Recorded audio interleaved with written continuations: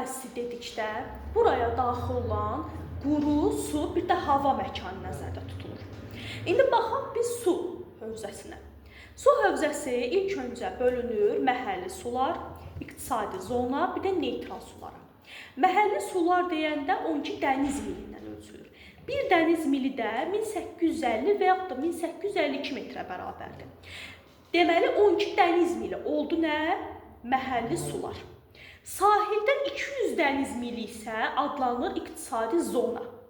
200 dəniz milindən o tərəfə isə adlanır neytral sular. İndi baxaq bu məhəlli su, iqtisadi zona, bir də neytral suların istifadə qaydasına.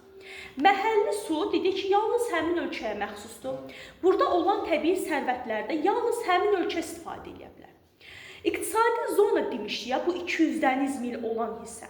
Buradan isə bütün ölkələr nəqliyyat, telekommunikasiya məqsədə istifadə edə bilər, amma oradakı olan faydalı qazıntılar yalnız və yalnız sahil boyu dövlətlərə məxsusdur.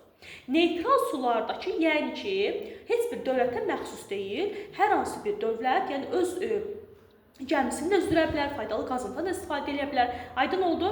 Bir də dövlətin mikro, mezo, bir də makro mövqeyi var. Mikro mövqeyi onun qonşu ölkələrə əsasən mövqeyidir. Mezo mövqeyi regiona əsasən mövqeyidir. Makro mövqeyi dünyaya əsasən mövqeyidir. Aydın oldu? Bir də ki, ölkənin ən əsası gücü deyəndə burada ən əsası var. İqtisadi gücü var, hərbi gücü var, bir də təbii resursların həcmi. Yəni iqtisadi gücü, hərbi gücü, təbii resursları çox olan dövlət digər dövlətlərə nəzər bir qədər güclü dövlət hesab olunur. Aydın oldu? Ən əsası bax bu şeylərə fikir verərsən.